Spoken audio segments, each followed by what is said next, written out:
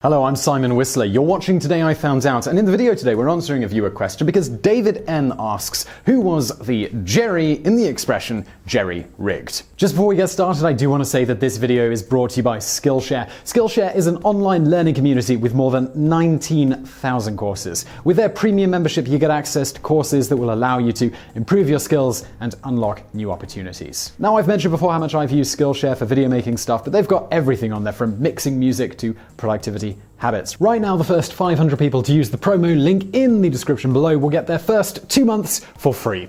Now, let's get on with today's video. Although many describe shoddy workmanship or a hasty temporary repair as jerry-rigged, in its original incarnation, the term was actually jury-rigged. While jury as a noun means a group of peers that decide the outcome of a legal proceeding and has been in use in English since the early 14th century, by the early 17th century, sailors had taken to using jury as an adjective that meant temporary or hastily contrived, first referring to jury-masts. It is unclear why, however, and unfortunately all we have are speculative hypotheses with nothing in the way of evidence actually backing them up. One such hypothesis is that French-speaking sailors had been describing their quick repairs as a jury, which meant help or relief, and English speakers mistakenly assumed that they were saying jury. Perhaps slightly more plausible is that it was originally jury-mast, meaning day-mast, from the French jour, meaning a day, which was essentially a temporary mast meant to last only a short while. Yet another speculative hypothesis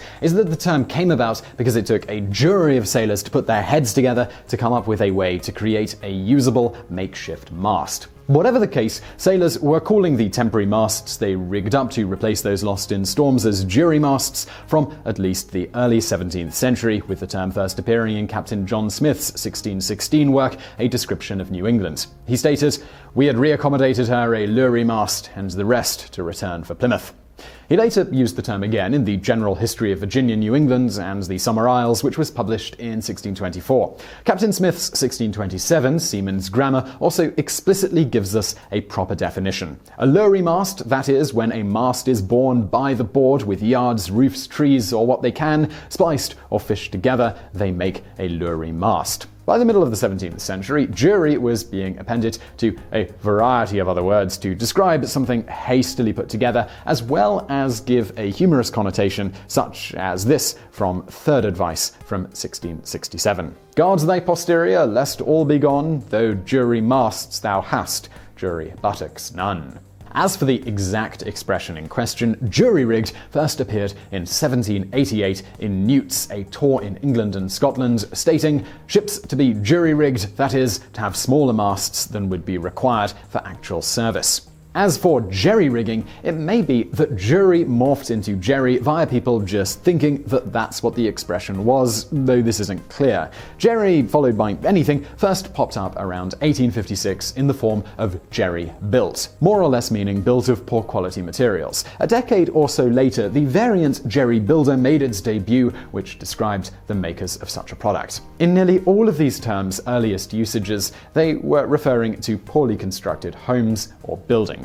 For instance, in the 1881 work Every Man His Own Mechanic, it states, "It is unfortunate too often the habit of builders, or rather jerry-builders, to use the worst possible description of bricks." Unfortunately for connecting the dots, there was not any associated jury-built term known at this time. This means it's possible that jerry-built rose up independently. It's also worth noting that jerry-built and jury-rig have slightly different connotations, the former meaning something was purposefully built of poor quality materials, and the latter meaning something poorly built out of necessity. Given the lack of clear etymology on this, speculative origins absolutely abound. Some hypothesize Jerry in this sense may have devolved from a weak and unlikable character in the play The Mayor of Garrett from 1820, whom the author Samuel Foote named Jerry Sneak. Another hypothesis is that it's a shortened version of Jericho. Perhaps the leading hypothesis, though, is that it was some building company that included the name Jerry in their business name and did shoddy work. In this case, it's possible the previous similar-sounding jury-something terms then inspired the ironic connection to the name Jerry in the company name.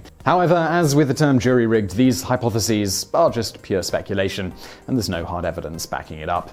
So I really hope you enjoyed the video, and just before you go, I want to say a quick word about Skillshare. Now, as I mentioned at the top of the video, Skillshare is an online learning community with more than 19,000 courses. They have classes from design to business to technology and, well, a whole lot more. So now, a lot of online learning platforms, they teach you things by the course, which can get really pricey if you like learning. Now, premium membership with Skillshare lets you dive into any course you want, and you can start improving your skills and doing more of what you love. No buying individual courses just to watch one part of it, and no limits on what you can watch and learn. Now for me, as you might imagine, I spend most of my time diving into their video courses. I use Adobe Premiere for these videos, and I learn a lot of what I know in there from Skillshare. Indeed, I actually checked before making this spot. They've got 75 courses just on Premiere, and all of them are accessible for one price, no buying individual courses. But look, it's not just video. I mean, right at the other end of the spectrum, they've got how to make your own signature cocktail, so that should give you an idea of just how vast their range of courses is. Now, learning new skills